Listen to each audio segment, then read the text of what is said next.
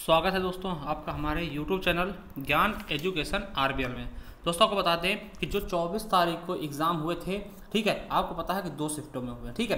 पहले शिफ्ट का पेपर हमने सॉल्व भी करा दिया है और अगर उसे देखना तो हमारे जो वीडियो इसके प्लेलिस्ट में जाएंगे दोस्तों तो वहाँ मिल जाएगी, या फिर दोस्तों उसका लिंक हम डिस्क्रिप्शन में दे देंगे, वहाँ पर जा करके आप पहले वाले शिफ्ट के पेपर को भी पूर्णतया देख सकते हैं, ठीक है। तो इसमें हम बात करेंगे इवनिंग शिफ्ट वाली यानी सेकंड शिफ्ट का पेपर जो पूरा सॉल्व करेंगे दोस्तों। पूरे 100 क्वेश्चन होंगे जिसमें हम सभी प्रकार के क्वेश्चन A to Z यानी कि 1 से लेकर 100 तक का क्वेश्चन पूरे हम सॉल्व करेंगे, ठीक है, और अच्छे तरीके से और दोस्तों पूर्णतया शुद्ध होंगे, ठीक है।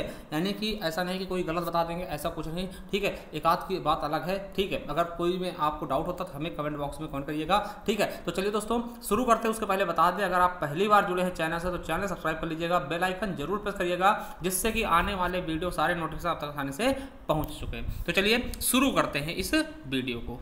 पहला क्वेश्चन देखते हैं। देखिए क्वेश्चन पहला है कि निम्नलिखित किस क्रम में भारत आए। तो देखिए टॉमस रो किसके समय आया, आपको पता है जहांगीर के आसपास आया था, ठीक है। आप इसे कह सकते हैं कि 1615 से 16 के आसपास आया था, ठीक है। और फाहयान, आपको पता फाहयान 399 ईस्वी के आसपास आया था दोस्तों, चंद्रगुप्त सेकंड के समय, है ना, आपको पता होगा विक्रमादित्य, है ना, उसके समय। और ह्वेनसांग दोस्तों आया था हर्षवर्धन के समय 7वें के आसपास, ठीक है। तो दोस्तों इसके बारे में आपको बता दें तो इसका अगर बिल्कुल सही ऑप्शन अगर आप चाहते हैं दोस्तों तो इसका सही क्या होगा। देखिए आपको पता सबसे नवीनतम कौन है, टॉमस रो, है ना, क्योंकि ये आया है दोस्तों जहांगीर के समय में, ठीक। किसके समय में आया है, जहांगीर के समय में। तो देखिए ये सबसे लास्ट में कहाँ है दोस्तों, हमें यहीं से मिल गया ऑप्शन से, हमारा सी ऑप्शन का होगा, बिल्कुल सही हो जाएगा दोस्तों, ठीक है। और पता है देखिए ह्वेनसांग आपका हर्षवर्धन समय में आया था, ये चीजें भी याद रखेंगे क्योंकि ऐसे क्वेश्चन भी आगे एग्जाम में पूछे जा सकते हैं। चलिए अगला है, सिराजुद्दौला किस युद्ध में अंग्रेजों से पराजित हुआ था। आपको दोस्तों याद होगा कौन सा युद्ध, प्लासी का युद्ध 1757, ठीक है, 1757 प्लासी का युद्ध, इसी में दोस्तों सिराजुद्दौला पराजित हुआ था अंग्रेजों से। चलिए अगला क्वेश्चन है, तीसरा क्वेश्चन, निम्नलिखित में से किसने हड़प नीति का कट्टर समर्थन था। दोस्तों हड़प नीति किसने अपनाई थी, आपको पता होगा लॉर्ड डलहौजी दोस्तों। इसने जिसके दत्तक पुत्र होते थे उसका भी राज्य हड़प ले जाता था इसके तहत, और दोस्तों जो कुशासन होते थे उनका भी, ठीक है। तो इसके शिकार दोस्तों बेगम हजरत महल भी हुई थी, आपको पता होगा रानी लक्ष्मीबाई, बहुत से लोग इसने इसके तहत दोस्तों परेशान किया था। तो लॉर्ड डलहौजी, और इसी समय दोस्तों रेलवे लाइन भी बिछाई गई थी, आपको पता होना चाहिए, ठीक है, इन चीजों के बारे में। डाक टिकट जो रेलवे टिकट इसके रेलवे लाइन इसी समय बिछाई गई थी, ठीक। चलिए अगला क्वेश्चन है, भारत के इतिहास में धन्वंतरी कौन थे दोस्तों। आपको पता होना चाहिए कि धन्वंतरी दोस्तों किसके समय थे। धन्वंतरी पहली चीज का, धन्वंतरी एक चिकित्सक थे, तो चिकित्सक थे दोस्तों, यहीं से आप पहचान सकते हैं, चंद्रगुप्त विक्रमादित्य की सभा को सुशोभित करने वाले प्रसिद्ध चिकित्सक थे। और दोस्तों यही जो चंद्रगुप्त विक्रमादित्य थे, यहीं पे दोस्तों कालिदास भी थे, घटपाण भी थे, है ना, तो शंकु भी थे, तो यहाँ पे भी दोस्तों ठीक है नवरत्न रहते थे, तो ये भी याद रखेंगे। चलिए तो कहाँ कौन सा जाएगा हमारा, बी ऑप्शन बिल्कुल और बिल्कुल राइट होगा। चलिए पांचवा क्वेश्चन आपके लिए लेकर आते हैं। देखिए पांचवा क्वेश्चन क्या कह रहा है हमारा कि देखिए मौर्यकालीन भारत के विवरण वाली इंडिका दोस्तों किसकी है, तो मेगास्थनीज की, एकदम इजी क्वेश्चन है, मेगास्थनीज। अगला है, साइमन कमीशन किस वर्ष भारत में प्रथम बार आया। तो दोस्तों साइमन कमीशन कब आया, तो 1928 में साइमन कमीशन आया, इसका विरोध भी किया गया दोस्तों, ठीक है, आपको पता भी होगा, ठीक है। चलिए अगला है, भारतीय राष्ट्रीय कांग्रेस द्वारा किस अधिवेशन में ऐतिहासिक पूर्ण स्वराज यानी पूर्ण स्वतंत्रता का प्रस्ताव रखा गया दोस्तों, तो वो कौन सा था दोस्तों, लाहौर में। कहा दोस्तों, लाहौर में, पंडित जवाहरलाल नेहरू की अध्यक्षता में, आपको पता भी होगा, ठीक है। चलिए अगला क्वेश्चन है दोस्तों, इसको मिलान करना है दोस्तों। तो देखिए इंडियन नेशनल आर्मी के सेहत तो सुभाष चंद्र बोस से जाएगी, गदर पार्टी लाला हरदयाल सिंह, है ना, और मित्रा मेला दोस्तों वीडी सावरकर, और home rule league Annie Besant. तो इसको आप देख सकते हैं, मिला सकते हैं दोस्तोल। देखिए पहले का दूसरा और दूसरे का पहला, पहले का दूसरा दूसरे का पहला, ठीक है, पहले का दूसरा और दूसरे का पहला दोस्तों, यही हमारा एक यही मिल रहा है, तो यही हमारा बी ऑप्शन बिल्कुल राइट हो जाना चाहिए। चलिए अगला क्वेश्चन देखते हैं। देखिए अगला है कि निम्नलिखित में से किसने महात्मा गांधी खिलाफत आंदोलन से जुड़ने का विरोध किया था। दोस्तों आपको पता होगा किसने किया था, मोहम्मद अली जिन्ना दोस्तों, किसने, मोहम्मद अली जिन्ना ने खिलाफत आंदोलन से जुड़ने से क्या इनकार कर दिया था ना, विरोध भी किया था इसका। चलिए अगला है, इनमें से कौन सा क्रांतिकारी संगठन काकोरी कांड केस में शामिल हुआ है दोस्तों। कौन सा है दोस्तों? काकोरी कांड। आपको पता है लखनऊ के समीप क्या हुआ था? ट्रेन को लूटा गया था दोस्तों। और इसमें हिंदुस्तान रिपब्लिकन एसोसिएशन दोस्तों, इसमें चंद्रशेखर आजाद भी इसी संगठन से ही सम्मिलित थे। तो हमारा डी ऑप्शन बिल्कुल राइट हो जाएगा। चलिए 11वां क्वेश्चन देखते हैं। नागार्जुन सागर बांध दोस्तों, अर्जुन को शिक्षा किसने दी थी? कृष्ण जी ने। तो ये तो ऐसे याद कर सकते थे, नागार्जुन कहाँ है? कृष्णा नदी पर, ठीक है। तो इंपॉर्टेंट है, याद रखेंगे, ठीक है। चलिए गोदावरी देखिए दक्षिण भारत की गंगा है ना, इसको बोलते हैं। तो ये चीजें याद रखेंगे। पहला इसका सही ऑप्शन कर जाएगा बी नंबर राइट हो जाएगा। चलिए अगला है कि माउंट एवरेस्ट पर चढ़ने प्रथम चढ़ाई किस वर्ष की गई थी दोस्तों? इसका बिल्कुल सही ऑप्शन हो जाएगा हमारा बी नंबर 1953 में माउंट एवरेस्ट पर प्रथम चढ़ाई की गई थी, ठीक है। चलिए अब 13वां क्वेश्चन देखते हैं। 13वां नंबर क्वेश्चन क्या है? देखिए भरतपुर में स्थित पक्षी अभ्यारण्य, देखिए बहुत ही ज्यादा इंपॉर्टेंट, इसको आप मोस्ट इंपॉर्टेंट कर लीजिएगा कि केवलादेव घाना राष्ट्रीय उद्यान दोस्तों, राष्ट्रीय उद्यान देखिए पक्षी अभ्यारण्य भी है, इसको जरूर याद रखिएगा दोस्तों। बहुत इंपॉर्टेंट, बहुत बार पूछा था, ये आपके लिए मोस्ट से भी मोस्ट इंपॉर्टेंट होगा। आपका सी ऑप्शन सही हो जाएगा। और ये बहुत इंपॉर्टेंट, बहुत बार पूछा था, कहाँ है? तो भरतपुर में है, राजस्थान। अगर भरतपुर नहीं तो राजस्थान भी सही हो जाएगा। चलिए राजस्थान में ही है। भिलाई इस्पात संयंत्र के लौह अयस्क का स्रोत क्या है दोस्तों?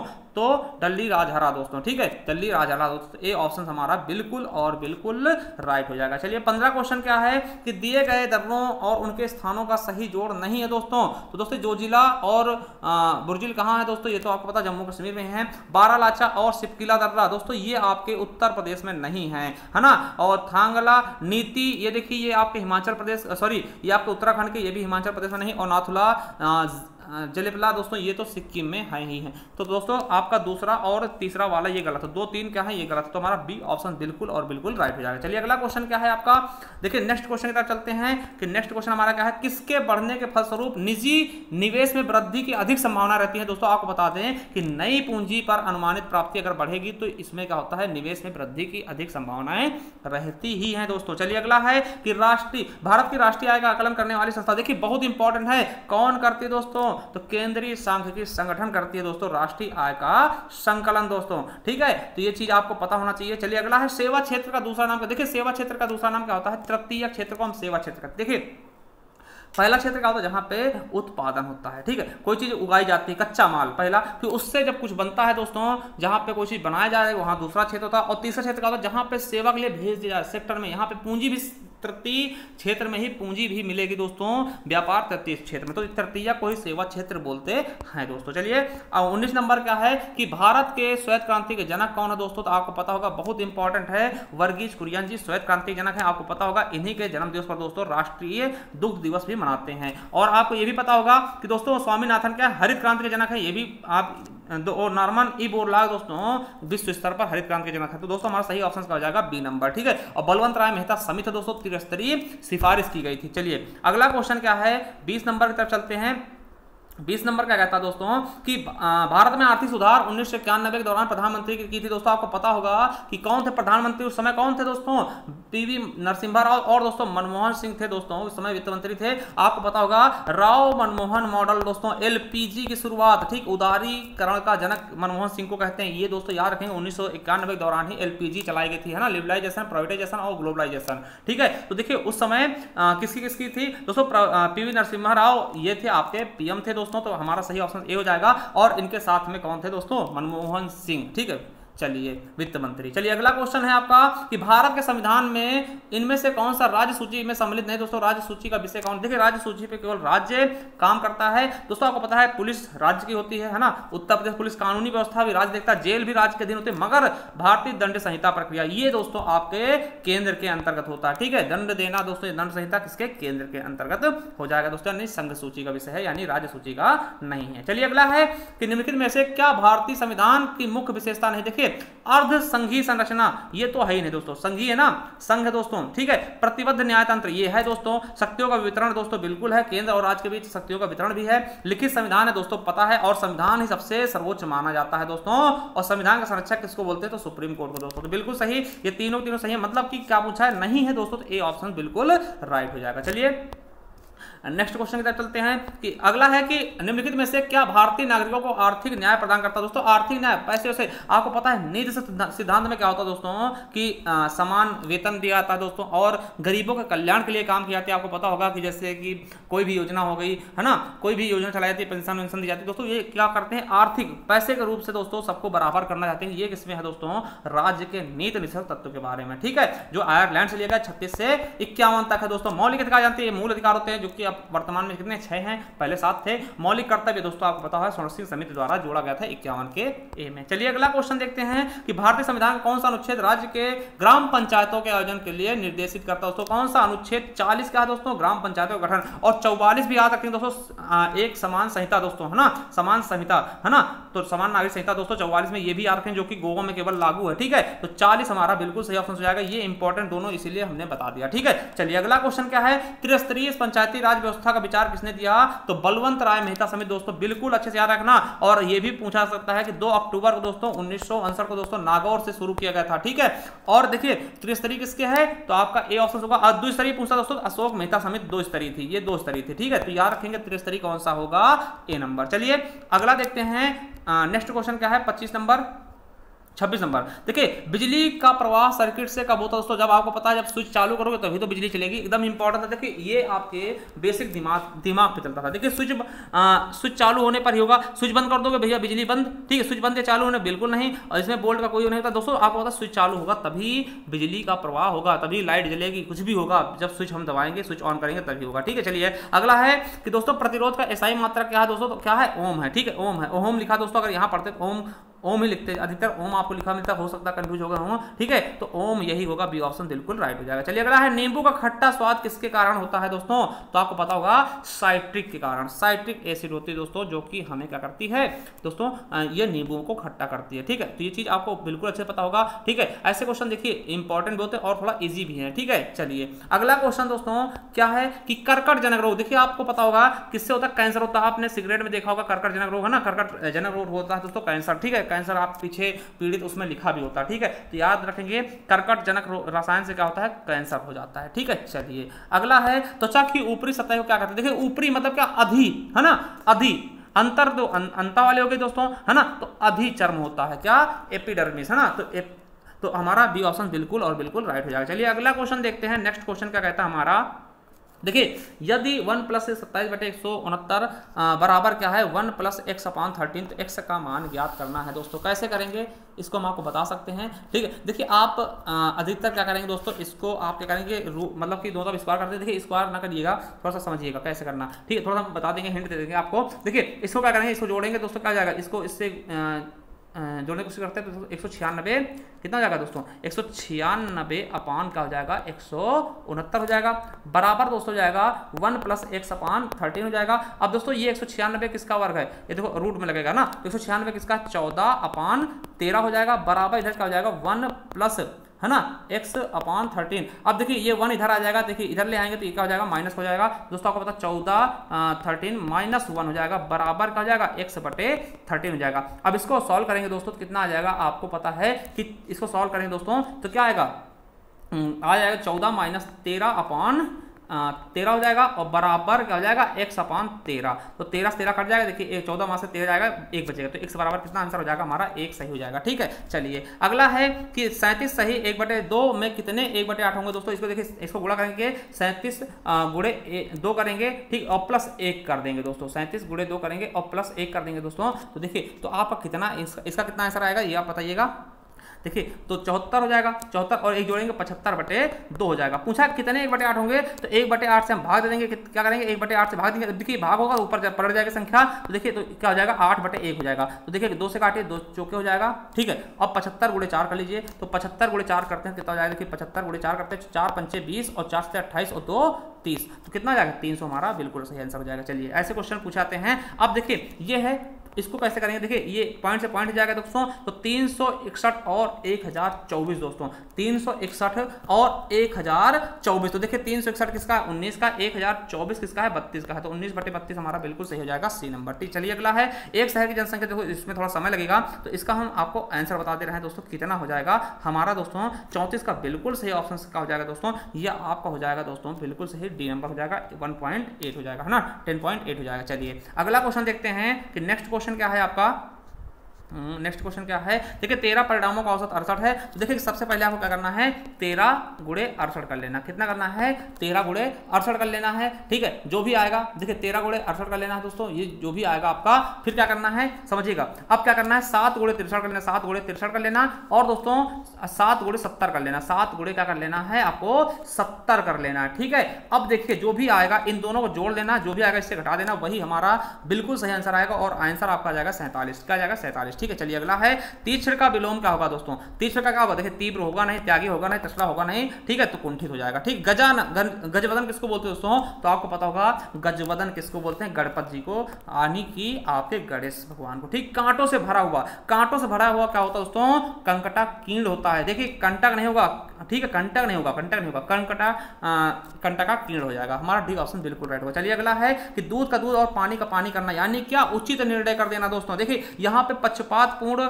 निर्णय नहीं होगा, पक्षपात नहीं होगा दोस्तों। ठीक है, पक्षपूर्ण निर्णय होता तो एक बार समझ जाता, उचित निर्णय करना। ठीक है, चलिए मिलजुल कर रहना, ये नहीं होगा दोस्तों, है ना, दूध पानी मिलना दोस्तों, ये होता है मिलजुल कर, है ना। तो दोस्तों ये हो जाएगा हमारा डी ऑप्शन बिल्कुल राइट हो जाएगा। अगला है शुद्ध वर्तनी शब्द, बहिष्कार कैसे लिखेंगे दोस्तों, ये इजी भी है। ठीक है, सी नंबर बिल्कुल राइट होगा। चलिए अगला देखते हैं दोस्तों, अब हो गया 41 से 43 तक दोस्तों, इसका आपको छांट करके बताना है 41 से 43 तक दोस्तों। ये इंग्लिश का पैराग्राफ है, चलिए आपको बताते हैं। देखिए ये आपका हो जाएगा, the author sat peering into the darkness because दोस्तों, क्यों दोस्तों, इसका बिल्कुल सही ऑप्शन हो जाएगा 41 का हमारा हो जाएगा, क्योंकि ही वाज अफ्राइड, वो घबरा गया था ना, डर गया था। ठीक है, डरा हुआ था। ठीक है, चलिए हमारा ए डी हो गया। चलिए अगला है the author jump out of the bed because, क्यों उसने जंप किया दोस्तों, तो इसका बिल्कुल सही ऑप्शन का हो जाएगा हमारा 42 का। देखिए 42 का बिल्कुल सही हो जाएगा, एक कोल्ड ब्रीज ब्लू, है ना, पास्ट हिज फेस दोस्तों, उसके पास सांस आई दोस्तों ठंडी से ना, हवाई। ठीक है, चलिए अगला है which one of the following did the author do first, सबसे पहले क्या करता है वो, क्लाइंब इनटू बेड। देखिए ये आप देख भी सकते हैं, यहाँ पे आप मिलाएंगे दोस्तों। देखिए आई क्लाइंब इनटू द बेड, सबसे पहले उसने बेड पे चढ़ना ही समझा। ठीक है, तो ये हो जाएगा आपका क्लाइंब इनटू द बेड दोस्तों, हम जल्दी बता रहे हैं। ठीक है, चलिए अगला है गिव द सेंटोनिम बताना दोस्तों, प्राइड का, प्राइड का क्या हो जाएगा दोस्तों, तो क्या हो जाएगा इसका सेंटोनिम क्या होगा, डिग्निटी, है ना। तो हमारा सी ऑप्शन बिल्कुल और बिल्कुल क्या हो जाएगा, राइट हो जाएगा। चलिए अगला है कि कीन का एंटोनिम बताना दोस्तों, कीन का क्या हो जाएगा, डल हो जाएगा। ठीक, क्या हो जाएगा, डल हो जाएगा। चलिए अगला देखते हैं दोस्तों, 46 हो गया। 46 नंबर देखिए, कुत्ता से रेबीज होता तो मच्छर से क्या होगा, मलेरिया हो जाएगा, क्योंकि प्लेग से क्या होता है दोस्तों, ये प्लेग चूहों से फैलता है ना, और डर मृत्यु का कोई मतलब ही नहीं। तो हमारा सी ऑप्शन बिल्कुल राइट हो जाएगा, एकदम आसान है। ठीक है, चलिए अगला उस शब्द का चयन कीजिए जो बाकी से शब्दों से मेल नहीं खाता। देखिए धर्म संघनी दोस्तों, किसी संघ से संबंधित है, पुजारी टाइप की हैं, मुनि भी होता है दोस्तों पुजारी टाइप का, पादरी भी पुजारी टाइप का होता है दोस्तों, मगर सूरवीर ये एक प्रकार का योद्धा है दोस्तों, तो यही क्या है, थोड़ा सा अलग है। ठीक है, चलिए अगला है दोस्तों, अब देखिए यही अलग होगा, वैसे तो इसका आंसर बी होना चाहिए, मगर अब यहाँ पे मान लिया दोस्तों, ठीक है, यहाँ पे अगर ठीक है यही होगा, यही होगा, बिल्कुल बी ही होगा। ठीक है, चलिए अगला है कि कंप्यूटरों को दोस्तों ये लिखते हैं, तो इसको क्या लिखेंगे दोस्तों। अब देखिए इसमें क्या किया गया है, 4 अक्षर को इधर से पहले पलट दिया गया दोस्तों, फिर 2 को पलटा गया, इस तरीके से किया गया दोस्तों। अगर आप इसका सही आंसर आपको बताएं दोस्तों, इसका सही आंसर क्या होगा दोस्तों, इसका बिल्कुल सही ऑप्शन क्या हो जाएगा, बी नंबर, क्या हो जाएगा, बी नंबर। चलिए अगला है, एक आदमी ने एक महिला से कहा कि तुम्हारी माँ के पति की बहन मेरी बुआ है, तो उसकी कहा, देखो वो बुआ की लड़की होगी, यानी बहन ही तो लगेगी। ठीक है, क्या लगेगी, बुआ की लड़की, बहन ही तो लगेगी, तो डी ऑप्शन बिल्कुल राइट होगा, बहन। ठीक है, चलिए अगला क्वेश्चन हम देखते हैं दोस्तों कि देखिए यदि 18 फरवरी 2015 को शुक्रवार है, तो 18 फरवरी 2007 को, सॉरी 5 को अगर शुक्रवार है तो 7 क्या होगा। देखिए एक चीज पता है, अगर कोई भी वर्ष लीप वर्ष नहीं है दोस्तों, तो वो एक दिन बढ़ता है। अब देखिए 18 फरवरी 2005 को क्या है दोस्तों, शुक्रवार है, तो चलिए 18 फरवरी 2006 को क्या होगा, तो शनिवार होगा, बिल्कुल सही, क्योंकि लीप वर्ष है नहीं, तो शनिवार होगा। अब देखिए 18 फरवरी 2007 क्या होगा, ये भी लीप वर्ष नहीं है दोस्तों, तो फिर क्या होगा, रविवार हो जाएगा, तो रविवार बिल्कुल राइट आंसर हो जाएगा हमारा ए नंबर। चलिए अगला क्वेश्चन क्या है कि देखिए उस राज्य, भारत के उस राज्य का नाम क्या है जिसने अपने सभी निवासियों को स्वास्थ्य बीमा प्रदान किया दोस्तों, वेरी वेरी इंपॉर्टेंट, गुजरात है। इस चिरंजीवी योजना चलाई कराई गई दोस्तों, प्रत्येक नागरिक को दोस्तों फ्री में बीमा दिया गया। ठीक है, चलिए अगला दोस्तों है कि आरबीआई ने 22 जुलाई 2021 से किस भुगतान तंत्र के नए कार्ड जारी करने पर प्रतिबंध लगा दिया दोस्तों, किस पे? Master card. दोस्तों आपको पता होगा ये हाल ही में चर्चित भी थे। चलिए अगला, योग के बारे में जागरूकता बढ़ाने के लिए भारत में किसके द्वारा मोबाइल ऐप नमस्ते योग शुरू किया गया दोस्तों, किसके द्वारा? आयुष मंत्रालय द्वारा। किसके द्वारा दोस्तों? आयुष मंत्रालय द्वारा। चलिए अगले क्वेश्चन की तरफ बढ़ते हैं। नेक्स्ट क्वेश्चन क्या है? देखिए, टोक्यो पैरालंपिक 2021 में किसको भारतीय दल के ध्वज वाहक के रूप में दोस्तों किसको? तो आपको पता होगा मरियप्पन थंगावेलु दोस्तों, इन्हें ही क्या दिया गया था? अभी दोस्तों आपको पता होगा राजीव गांधी खेल रत्न पुरस्कार भी दिया गया था 2000। ठीक, 5 लोगों को आपको पता होगा कि रोहित शर्मा है ना, मनिका बत्रा, विनेश फोगाट, इनको और रानी रामपाल को। ठीक है, तो इन्हीं के द्वारा, इन्हीं के हाथ में 2021 में थमाया गया। ठीक है, थमाया जाएगा। ठीक, तो ये चीज याद करिएगा इनके बारे में। ठीक, तो मरियप्पन थंगावेलु। ठीक है, चलिए अगला है दोस्तों कि 2020 में दूसरे क्वार्टर दोस्तों जुलाई सितंबर के सुकन्या समृद्धि खाते का ब्याज दर क्या है दोस्तों? इसको हमने सुकन्या समृद्धि मतलब वेबसाइट पे जाके देखा तो 7.6 बता रहा है। ए ऑप्शन उसके हिसाब से राइट हो जाएगा। ठीक है, चलिए अगला है, भारतीय सेना ने कश्मीर में अपनी एक फायरिंग रेंज का नाम बॉलीवुड अभिनेत्री के नाम पे किया दोस्तों, किसके नाम पे किया? तो विद्या बालन के नाम पे किया है दोस्तों। ठीक है, चलिए अगला है, वर्ष 2021 के लिए किस देश का पासपोर्ट विश्व में सबसे शक्तिशाली पासपोर्ट माना जाता है दोस्तों? ये 2021 लगातार दोस्तों किसका है? जापान को दोस्तों हेनले पासपोर्ट द्वारा जारी किया था। हेनले पासपोर्ट आपने रैंक पढ़ा भी होगा। ठीक है, जापान को प्रथम स्थान मिला है। चलिए अगला है, अगला क्वेश्चन, तमिलनाडु विधानसभा 2021 के चुनाव किस राजनीतिक दल ने जीता है दोस्तों? तो किसने जीता है? डीएमके। ठीक है, आपको पता होगा यहाँ डीएमके जो प्रमुख थे स्टालिन, उनको यहाँ का सीएम भी नियुक्त किया गया, तो डीएमके हो जाएगा ए ऑप्शन। चलिए अगला है, वैश्विक शांति 2021 सूचकांक 2021 दोस्तों कौन सा देश मतलब शीर्ष पर दोस्तों? तो आइसलैंड। देखिए आइस मतलब ठंडा, तो वहीं से आप कर सकते हैं एकदम शांति स्वरूप क्या है? आइसलैंड हो जाएगा। बिल्कुल, अच्छा। चलिए अगला है, कौन सी राज्य सरकार ने मुख्यमंत्री दलित सशक्तिकरण योजना दोस्तों लागू की? तो किसने? तेलंगाना दोस्तों 10-10 लाख रुपए है ना देने की घोषणा की थी, उसके तहत ना। तो चलिए अगला क्वेश्चन क्या है? 61 नंबर, थंडर ड्रैगन। देखिए ये पिछली बार यूपी पुलिस में भी पूछा गया था, तो भूटान को कहते हैं दोस्तों। ठीक है, याद करिए, इसीलिए कहते हैं कि आप प्रीवियस ईयर पेपर जरूर सॉल्व करिए। देखिए क्वेश्चन कहीं ना कहीं आपके मिल ही जाते हैं। ठीक है, चलिए अगला 62 है, तो रियाद किस देश की राजधानी दोस्तों? तो आपको पता होगा सऊदी अरब। ठीक है, सऊदी अरब। बांग्लादेश की क्या है? ढाका है। चलिए अगला क्वेश्चन देखते हैं। नेक्स्ट क्वेश्चन क्या है आपका? क्षेत्रफल की दृष्टि से भारत का कौन सा राज्य सबसे छोटा दोस्तों? देखिए क्षेत्रफल की दृष्टि से सबसे छोटा राज्य कौन सा? गोवा। अगर जनसंख्या से पूछता तब आपका सिक्किम हो सकता था। ठीक है, और सिक्किम को पूर्णतः जैविक घोषित किया। और दोस्तों गोवा क्या है? 100% दोस्तों पानी पहुंचाने वाला, स्वच्छ जल पहुंचाने वाला घर घर दोस्तों गोवा बन गया है ना। और यहाँ पे सैंड पार्क का भी आयोजन किया गया है। ठीक है, तो ये चीजें याद रखेंगे बिल्कुल अच्छे से। चलिए अगला क्वेश्चन आपके लिए, राज्यसभा में चुने हुए सदस्यों का कार्यकाल कितने वर्ष का होता है दोस्तों? तो 6 साल का होता है। देखिए राज्यसभा का कोई कार्यकाल नहीं होता। ठीक है, ये चीज याद रखेंगे। उनके सदस्यों को पूछा गया इसलिए 6 साल होगा। और दोस्तों 2 साल में, हर 2 साल में दोस्तों एक ही सदस्य क्या होते हैं? मतलब कि रिटायर्ड हो जाते हैं। ठीक है, चलिए और दोस्तों 12 सदस्य मनोनीत कौन करता है?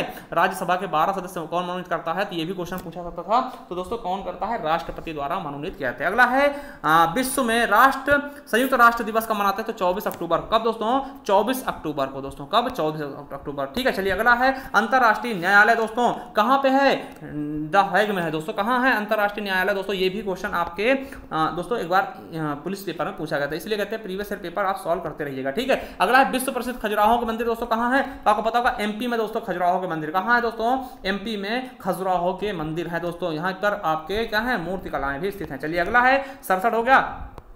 68 नंबर है दोस्तों, नव कालेवारा दोस्तों उत्सव कहां मनाया जाता है दोस्तों? तो आपको पता होना चाहिए कहां पर? उड़ीसा में। कहां पर दोस्तों? उड़ीसा में है। ठीक है, चलिए अगला क्वेश्चन है। नेक्स्ट क्वेश्चन क्या है? हरित ग्रह कौन से नहीं है दोस्तों? हरित ग्रह गैस कौन से नहीं है दोस्तों? तो आपको पता है नाइट्रोजन नहीं है दोस्तों। कार्बन डाइऑक्साइड है दोस्तों, आपको पता है ये धुआं टाइप का निकलता है। और ये जो फ्लोरोक्लोरोकार्बन दोस्तों, ये आपका क्या है? ये फ्रिज से निकलता है दोस्तों। ठीक है, सीएफसी बहुत ही खतरनाक होता है। और यही दोस्तों ज्यादातर क्या करता है कि जो आपकी ओजोन गैस है उसे नष्ट करता है। ठीक है, सबसे ज्यादा। तो दोस्तों कौन सा नहीं होगा? नाइट्रोजन नहीं होगा, बिल्कुल गलत। ठीक है, चलिए अगला है, अर्जुन पुरस्कार किसे दिया था दोस्तों? आपको पता है कि खेल के क्षेत्र में उत्कृष्ट योगदान के लिए अर्जुन पुरस्कार दिया जाता है दोस्तों। बिल्कुल सही ऑप्शन, एकदम इजी भी है। चलिए अगला क्वेश्चन क्या है? 71 नंबर क्वेश्चन देखते हैं दोस्तों। ये देखिए अब आ गया आपका क्या? पैराग्राफ। 71 से लेकर के 75 तक आपको पैराग्राफ से छांटना दोस्तों। चलिए अब देखिए इसमें क्या बताएगा, इसको थोड़ा पढ़िएगा, हम आपको बताते हैं थोड़ा सा, है ना, हिंट देते चलते हैं। देखिए उपर्युक्त गद्यांश का शीर्षक स्पृहणीय मतलब, देखिए स्पृह मतलब क्या होता है दोस्तों? इच्छा। ठीक है, इच्छा, और स्मरणीय मतलब क्या था, प्राप्त करने योग्य है ना। तो प्राप्त करने के लिए जो इच्छा होती है दोस्तों, योग्य मतलब वही चीजें क्या हो जाती है हमारी, इस पर इच्छा करती है, मतलब कि प्राप्त करने योग्य हो जाएगा। चलिए ए ऑप्शन हो गया 71 का। 72 क्या है कि उपर्युक्त गद्यांश में लेखक ने मुख्य रूप से बताया है, क्या बताया है दोस्तों, लेखक ने क्या बताया मुख्य रूप से। तो देखिए इसमें हम जब भी देखते हैं दोस्तों आजादी के क्रांतिकारी विशेषता भूमिका, देखिए इसमें हम देखते हैं थोड़ा सा क्या बताया है दोस्तों। तो आप यहाँ पे देख सकते हैं इसमें गांधी जी के बारे में बहुत ज्यादा बताया ना, गांधी जी के नेतृत्व में युद्ध लड़ा गया, गांधी जी ने इसे सत्याग्रह कहते थे। तो मतलब क्या, महात्मा गांधी के बारे में इसमें बताया गया। तो आप कह सकते हैं दोस्तों कि महात्मा गांधी के नेतृत्व में राष्ट्रीय आंदोलन कैसा था, यही बताया गया। डी ऑप्शन हमारा बिल्कुल और बिल्कुल राइट हो जाएगा। चलिए अगला देखते हैं 73 नंबर। तो उपर्युक्त गद्यांश के लेखक का क्या उद्देश्य दोस्तों, लेखक का उद्देश्य क्या है। अब देखिए इसमें धार्मिक आस्थाओं और सद्भावना दी तो बिल्कुल गलत है दोस्तों, अंग्रेजों के दोस्त गिनाना है बिल्कुल गलत, जनतांत्रिक की हानि ये भी गलत है। तो इसमें स्वतंत्रता संग्राम के बारे में तो बताया गया है ना, आप पढ़ेंगे महात्मा गांधी के बारे में, स्वतंत्रता संग्राम के बारे में, तो आपका बी ऑप्शन से बिल्कुल राइट हो जाएगा। चलिए अगला धर्मनिरपेक्षता मतलब क्या होता है, आपको पता होगा धर्मनिरपेक्षता मतलब सभी धर्मों का आदर करना, यही क्या होता है धर्मनिरपेक्षता। जैसे भारत एक धर्मनिरपेक्ष देश है ना, कि सभी धर्म समान है, चाहे वो सिख हो, ईसाई हो, हिंदू हो, मुस्लिम हो। अगला है कैसे माना जाए कि हमारा स्वतंत्रता संग्राम जनतांत्रिक था। क्यों जनतांत्रिक था दोस्तों, इसमें सभी वर्गों के, सभी जातियों, सभी वर्गों के, सभी धर्मों के लोगों ने भाग लिया था, इसीलिए जनतांत्रिक इसको कहा जाता है। ठीक है, देखिए यहाँ पे लिखा भी है, ठीक है, ये देखिए पैराग्राफ है। तो किस तरह से देखिए यहाँ पे लिखा है कि इस स्वतंत्रता आंदोलन को स्मरण रखने की कुछ योग बातें हैं। ठीक है, अब देखिए अर्थात जनतांत्रिक था, ये जनतांत्रिक था। क्यों जनतांत्रिक कहा, क्योंकि इसमें देश के हर वर्ग के, हर जाति के लोग सम्मिलित थे, चाहे वो धनी हो, गरीब हो, नर हो या नारी हो, तो मतलब क्या हर तरह के लोग शामिल थे, इसीलिए इसको जनतांत्रिक कह सकते हैं। देखिए बिल्कुल अच्छे से इसका आंसर मिल गया है। ठीक है, तो चलिए इसको दिखाते हैं। देखिए ये होगा, तो दोस्तों ये देख सकते हैं, हमने आपको दिखा भी दिया किस प्रकार से सही होगा। चलिए अगला है, देखिए फिर से पैराग्राफ 76 से 80 यानी 10 क्वेश्चन आपके थे, तो ये भी आप देखिएगा, इसका हम आपको बताने की कोशिश करते हैं। देखिए थोड़ा सा बड़ा पैराग्राफ है, ठीक क्या है, थोड़ा सा बड़ा पैराग्राफ है। चलिए अगला है, तो 76 नंबर क्वेश्चन देखते हैं। मानव को सृष्टि का लघु रूप क्यों माना जाता है दोस्तों, मानव को सृष्टि का लघु रूप क्यों माना जाता है दोस्तों, तो आपको बता दें हम। तो देखिए आपको दोस्तों ये दिख रहा होगा कि देखिए इस मानव को ब्रह्मांड का लघु रूप मानकर भारतीय दार्शनिक यत पिंडे तत् ब्रह्मांड की कल्पना की थी। यही कल्पना है कि कल्पना नहीं बात की, देखिए किस लिए, क्योंकि मन में जो विचारणा के रूप में घटित होता है उसी की कृति रूप से सृष्टि है दोस्तों, इसीलिए इसको क्या बोलते हैं। देखिए इसका सही आंसर क्या हो जाएगा, आपको दिखाने की कोशिश करते हैं। तो हमने आपको ऊपर दिखाया भी है कि क्या होगा कि मानव मन में जो घटित होता है वही सृष्टि में घटित होता है, इसलिए ये हो जाएगा ए ऑप्शन। चलिए अगला है कि वैज्ञानिक दृष्टि का अपेक्षाकृत अभाव क्या है। तो दोस्तों इसका सही ऑप्शन क्या होगा, वैज्ञानिक दृष्टि का अपेक्षाकृत अभाव क्या है। दोस्तों देखिएगा इसमें साहित्यकारों के बारे में बता रखा है, ठीक है, साहित्यकारों के बारे में बता रखा है, इसे आप पढ़ेंगे तो दोस्तों आपको आंसर भी इसका बिल्कुल मिल जाएगा। ठीक है, देखिए कोई ये ज़्यादा कठिन नहीं था दोस्तों। ठीक है, ये साहित्यकारों की भावनाओं का विवेचना के रूप निरूपित किया गया, वैज्ञानिक दृष्टि से विचार किया गया। ये देखिए साहित्यकारों के वैज्ञानिक दृष्टि से विचार किया गया दोस्तों, क्या हो जाएगा, साहित्यकार हो जाएगा। ठीक है, तो चलिए दिखाते हैं आपको दोस्तों, बिल्कुल सही क्या हो जाएगा आपका साहित्यकार। ठीक है, चलिए अगले क्वेश्चन की तरफ चलते हैं। मानव शरीर को यंत्रवत कहा गया है, क्यों कहा गया है दोस्तों, यंत्रवत क्यों कहा गया है, तो इसको हम बताते हैं मानव शरीर को यंत्रवत क्यों कहा गया। चलिए ले चलते हैं आपको पैराग्राफ की तरफ। देखिए क्या क्यों कहा गया, देखिए पैराग्राफ आपका हम खोल देते हैं, थोड़ा सा वेट दोस्तों। अगर इसका सही आंसर आपको बता दें तो अवयवी रूप पुर्जों के विकृत होने पर से शरीर यंत्रवत निष्क्रिय हो जाता है। ठीक है, तो इसमें ढूंढ सकते कोई दिक्कत नहीं। ठीक, अगला है सर्व चिकित्सकों द्वारा स्वीकार की गई दायित्वपूर्ण चुनौती कौन सी थी। तो दोस्तों अंग प्रत्यारोपण द्वारा शरीर को सामान्य बनाना यही था। देखिए ये आपको देखिए आसान से मिल जाएंगे, थोड़ा सा आपका टाइम टेकन हो जाएगा अगर हम एक ही चीज़ बताने लगेंगे। ये देखिए ये क्या है, साधन के चिकित्सा द्वारा अंगों का प्रत्यारोपण संभव हो गया। ठीक, तो इसी में चुनौतीपूर्ण था। ठीक है, तो ये चीज़ें आप देख सकते हैं। चलिए अगला दिखा दें आपको, तो इसमें क्या हो जाएगा आपका हाँ, तो क्या हो जाएगा दोस्तों, इसका अंग प्रत्यारोपण। ठीक है, चलिए अगला है कि अनुच्छेद में निरामय मतलब क्या था, सर्वे संतु निरामय सर्वे भद्राण पश्यन्ति। सर्वे संतु निरामय मतलब क्या, सब क्या हो, स्वस्थ हो दोस्तों। निरामय मतलब किसी भी रोग से अलग हो। ठीक है, चलिए अगला हो जाएगा दोस्तों, बी हो जाएगा सही। चलिए अब देखते हैं दोस्तों क्या हो चुका है आपका, ये आ चुके हैं पाई चार्ट। चलिए अब देखिए इसको हम थोड़ा सा हिंट से बताएं, क्योंकि दोस्तों इसको सॉल्व करना थोड़ा सा कठिन होगा इस पर। ठीक है, तो हम आपको बताते जाएंगे, आप इसका सही से आंसर लगाते जाइए। चलिए 81 का दोस्तों बिल्कुल सही। उत्पादन अधिकतम स्तर तक कब घटा है दोस्तों, तो उत्पादन अधिकतम स्तर तक कब घटा है दोस्तों। तो चलिए देखिए 12-13 है। ठीक है, और दोस्तों क्या है 2015-16 है, और 16-17 है, और 19-20 है। देखिए 12-13 ये है ना, और दोस्तों 15-16 ये रहा। ठीक है, और दोस्तों 16-17 है, 16-17 ये रहा, और 19-20 है, 19-20 ये रहा दोस्तों। सबसे ज़्यादा कम कहाँ घटा है दोस्तों, ये देख सकते हैं आपका ये क्या है, ठीक है। इधर देखिए ये सबसे कम घट गया ना, तो इधर देखिए घटा ना, तो ये क्या हो जाएगा 12-13, तो दोस्तों 81 का क्या हो जाएगा ए नंबर। चलिए अगला 82 देखते हैं कि उत्पादन के दौरान पिछले वर्ष की तुलना में वर्ष दौरान अधिकतम वृद्धि हुई। तो पिछले वर्ष की तुलना में अधिकतम वृद्धि किसमें हुई, तो ये 13-14 में हुई है, देख सकते हैं 13-14 में दोस्तों पिछले वर्ष की तुलना में अधिकतम वृद्धि हुई है। देखिए यहाँ पे दोस्तों कितना 55 था, सीधा 90 पहुंच गया ना, तो दोस्तों यही देख सकते हैं 13-14, तो बिल्कुल सही ऑप्शन हो जाएगा हमारा 13-14, केवल देख के करना था। अगला प्रथम 3 वर्ष के दौरान औसत क्या था, प्रथम 3 वर्ष के दौरान दोस्तों इसको आपको करना है, तीनों वर्ष को जोड़ना था, ठीक है। इनको जोड़ेंगे और दोस्तों 3 से भाग कर देंगे, 42, 45, 42, 44, 58 जोड़ के 3 से भाग करेंगे दोस्तों, तो बिल्कुल सही आंसर आपका आ जाएगा, ठीक है। तो आपका सही आंसर क्या आएगा 48 हो जाएगा, ठीक, सी नंबर। चलिए अगला है 83-84 देखते हैं, सीमेंट का अधिकतम उत्पादन दर्ज किस वर्ष हुआ, अधिकतम उत्पादन दर्ज किस वर्ष हुआ दोस्तों, 84 का बिल्कुल सही ऑप्शन हो जाएगा हमारा 2014-15 में। उत्पादन देखिए देखते दिखाते आपको, कहाँ चला गया अधिकतम उत्पादन, ये देखिए 2014-15 में देखिए सबसे ज़्यादा उत्पादन कहाँ हुआ, ये देखिए 98 हो गया ना, और कहीं से ज़्यादा नहीं हुआ, तो 14-15 दोस्तों बिल्कुल सही हो जाएगा। एकदम देखिए इजी क्वेश्चन थे, इनको केवल आपको क्या करना था दोस्तों, देख के ही करना था, ठीक है दोस्तों। 84 का 14-15 में, ठीक है। चलिए अगला क्वेश्चन है, वर्ष 2012 के दौरान उत्पादन मतलब वृद्धि प्रतिशत के पिछले वर्ष की तुलना में क्या था दोस्तों, तो ये आपका 85 नंबर क्वेश्चन का बिल्कुल सही हो जाएगा, क्या हो जाएगा 31.8%। चलिए आप लोग लगा लीजिएगा। चलिए दूसरा दिया गया है दोस्तों, दूसरा आयात वाला है, ठीक, इसको देखते हैं, ठीक है। इसको देखिए 86 से 90 तक, तो 86 से 90 देखते हैं, तो 86 नंबर क्वेश्चन लगाते हैं, यही 86 नंबर क्वेश्चन लगाते हैं। क्या है दोस्तों 86 नंबर क्वेश्चन क्या है, देखिए वर्ष 2014 से 14-15 से 15-16 के दौरान एक्स के आयात में वृद्धि हुई दोस्तों, कितने परसेंट वृद्धि हुई है, तो दोस्तों इसका बिल्कुल सही ऑप्शन हो जाएगा 43% वृद्धि हुई है। तो ये आप लोग लगा लीजिएगा, क्योंकि ऐसे दोस्तों समय थोड़ा सा लेट हो जाएंगे ना। देखिए 14-15 में देखिए 900 है, ठीक है। अब 15-16 में कितना है 1200, तो दोस्तों कितने परसेंट कितनी आय वृद्धि हो, तो इसको आप काट देंगे बटे रख के ना, तो यही हमारा सही ऑप्शन हो जाएगा 43%, ठीक है। चलिए अगला क्वेश्चन है, अगला क्वेश्चन क्या है कि सभी वर्षों के लिए वर्ष दर एक्स के आयात के वृद्धि का औसत का होगा दोस्तों 87 का हमारा बिल्कुल सही ऑप्शन हो जाएगा 260 रुपए, ठीक है 260 करोड़। चलिए अगला क्वेश्चन है आपका,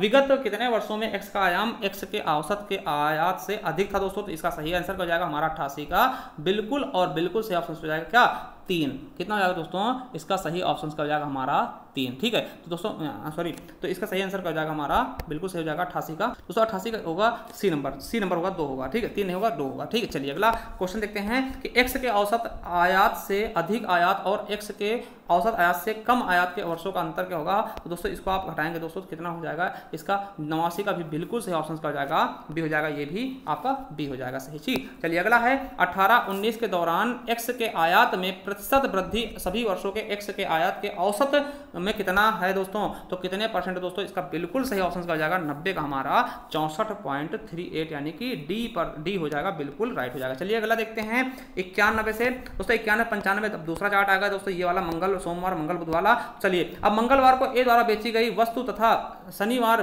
को बी द्वारा बेची गई वस्तु का अनुपात क्या होगा, देखिए ए द्वारा बेची गई, मंगलवार को ए ने बेचा कितने 35 बेचा है, ठीक है 35 बेचा है, और शनिवार को किसने सी ने, शनिवार को सी ने, ये देखिए ए 35 है और शनिवार को सी ने कितने बेचे हैं, शनिवार को सी ने बेचे हैं 45। तो दोस्तों इसको काटेंगे तो 7-5-35 और 5-9-45 ना, 5 काटिए 7-5-35 और 5-9-45, तो 7:9 है क्या, 7:9, तो 91 का हो जाएगा 7:9, बी नंबर सही हो जाएगा। चलिए अगला है क्या है कि सोमवार को डी द्वारा बेची गई वस्तु शनिवार को सी द्वारा बेची गई वस्तु का प्रतिशत क्या हो, कितना परसेंट दोस्तों, डी द्वारा कितना, सोमवार को डी द्वारा कितना बेचा गया, सोमवार को डी द्वारा 220 बेचा गया, और क्या है शनिवार को सी द्वारा बेचा गया, तो शनिवार को सी द्वारा कितना बेचा गया है, शनिवार को सी द्वारा बेचा गया है 45, दोस्तों 20/45 गुणे कर देंगे 100 से, ठीक है। तो दोस्तों ये आपका कितना आ जाएगा 92 का बिल्कुल सही ऑप्शन का जाएगा सी नंबर 44.44। चलिए अगला है नेक्स्ट क्वेश्चन देखते हैं 93 नंबर, बी सी तथा डी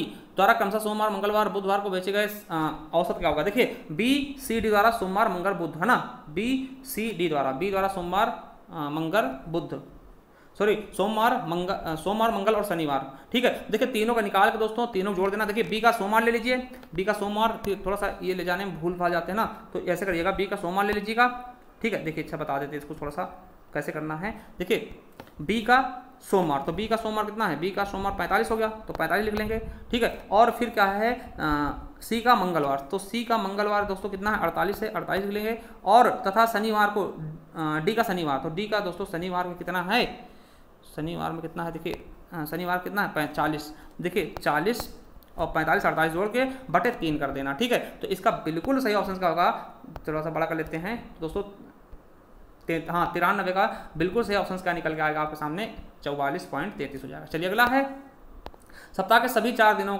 में डी वस्तु की बिक्री की तुलना में बी वर्ष की बिक्री की तुलना कितने परसेंट वृद्धि आई है दोस्तों। तो अगर इसको आप सॉल्व करेंगे दोस्तों तो कितना आ जाएगा 28.3, कितना हो जाएगा दोस्तों 28.3 आ जाएगा। चलिए अगला क्वेश्चन देखते हैं, सोमवार को बेची गई वस्तु और शुक्रवार को बेची गई वस्तु के औसत के मध्य कितना अंतर है दोस्तों। तो 95 का बिल्कुल और बिल्कुल सही हो जाएगा दोस्तों 5.25%, 25 ये हो जाएगा आपका बिल्कुल सही, इतना अंतर हो जाएगा, ठीक है। चलिए अगला क्वेश्चन आपके लिए, फिर देखिए दूसरा आ गया श्रेणी, तो इसमें देखते हैं दोस्तों ये श्रेणी है, अब गेहूं के उत्पादन में किस वर्ष के दौरान गिरावट दिखी है दोस्तों। तो 96 का बिल्कुल सही ऑप्शन का होगा ए नंबर, देखिए ए नंबर मतलब 2013-14 में गिरावट दिखी है दोस्तों, 2013-14 में गिरावट दिखी है दोस्तों, ये आप देख सकते हैं, ठीक है। उत्पादन में देखिए ये था, इतना था, ठीक है, तो ये देखिए गिर रहे ना, तो ये चीज आप देख सकते हैं। चलिए अगला है कि इसमें से किस फसल में 2013-17 के मध्य उत्पादन में लगातार वृद्धि दर्ज की गई दोस्तों। तो किसमें वृद्धि दर्ज की गई है लगातार दोस्तों, 97 का बिल्कुल सही जाएगा बाजरा में दोस्तों। क्या 2013-17 में दोस्तों बाजरा में क्या हो, 13 से 17 तक दोस्तों बाजरा में क्या हो रहा है, देखिए 2013-17 तक देखिए, यहाँ तक देखिए बाजरा, देखिए बाजरा में क्या हो रही, वृद्धि हो रही, घटा नहीं कभी, ठीक है। तो दोस्तों वृद्धि होती जा रही, देखिए यहाँ पे 70 था, फिर 1100 हो गया, फिर 1110 था, 60 हो गया, फिर 1450 हो गया, फिर 1460 हो गया, मतलब हर है बढ़ ही रही है, ठीक है। ये चीज आपको दिखाने की कोशिश मैं कर रहा था, ठीक है। चलिए अगला है 97 को 98 नंबर देखते हैं। 98 नंबर क्या कहता है कि 2010 से 10-11 और 16-17 के अवधि में आलू का कितना है दोस्तों। तो आलू का कितना हो जाएगा दोस्तों 293.96 है ना, एक मिनट 98 है ना, तो बिल्कुल सही जाएगा 293.86 टन। चलिए अगला है कि 2016-17 के मध्य में इनमें से किस फसल के उत्पादन में पिछले वर्ष की तुलना में गिरावट दर्ज की गई दोस्तों। तो किसमें दर्ज की गई है 40 है ना, मतलब कि किसमें चावल में ना, पिछले वर्ष की तुलना में आप देख भी सकते हैं, ठीक है। चावल में 2016-17 कितना है, 2016-17 में चावल आप देख सकते हैं, चावल का है 812 है ना, पिछले वर्ष की तुलना में गिरी नहीं है, पहले 26 था अब 12 हो गया, तो गिर गई, ठीक है, रेट में गिरावट आई। चलिए अगला है दोस्तों कि आलू का निर्यात, आलू का उत्पादन 2015-16 2011 का अंदाजन कितना गुणा है दोस्तों, है ना। इनको निकालेंगे 2015-16 का, देखिए 15-16 में कितना है 2010-11 का, है ना। देखिए आलू का कितना है, देखते आलू का, आलू देखिए 2015-16 में कितना है दोस्तों, 2015-16 और 2010-11, देखिए 15-16 में कितना है आलू, हाँ आलू वाला ये है, देखिए समझिएगा ये आलू है, तो 15-16 में कितना है दोस्तों 400 है, और 16-17 में 11-12 में 200 है ना, 200 है। तो दोस्तों ये कितने गुणज है इसका, देखिए निकालेंगे तो आप कितना आ जाएगा, बिल्कुल सही ऑप्शन हो जाएगा 100 का हमारा 190 लगभग ये दोस्तों 1.90 ये हो जाएगा। दोस्तों आपके पूरे के पूरे हमने 100 क्वेश्चन करा दिए हैं, और आपको बता दें अगर आप फर्स्ट स्टेप चाहते हैं उसका लिंक हम नीचे डिस्क्रिप्शन में दे देंगे, या फिर आपको ये मिल जाएगा दोस्तों। आप हमारे चैनल को सब्सक्राइब कर लीजिएगा, बेल आइकन जरूर प्रेस कीजिएगा, क्योंकि आपके लिए इतनी मेहनत की है दोस्तों। अगर किसी क्वेश्चन में डाउट है किसी वश कारण, क्योंकि देखिए सर्वोत्तम कोई नहीं होता, मगर हाँ हमने यही सोचा है कि न्यूनतम गलतियाँ बहुत ही कम होंगी, अगर होंगी भी तो बहुत कम होंगी, अगर फिर भी कोई गलती होती है तो उसके लिए माफी चाहते हैं। आप हमें कमेंट बॉक्स में बताइएगा कैसे लगे वीडियो, और दोस्तों चैनल सब्सक्राइब किए बिना मत जाइएगा, क्योंकि ऐसे क्वेश्चन पेपर हम आपके लिए लाते रहेंगे सॉल्व करके। चलिए मिलते हैं नेक्स्ट वीडियो में, तब तक के लिए जय हिंद, जय भारत, वंदे मातरम, थैंक यू।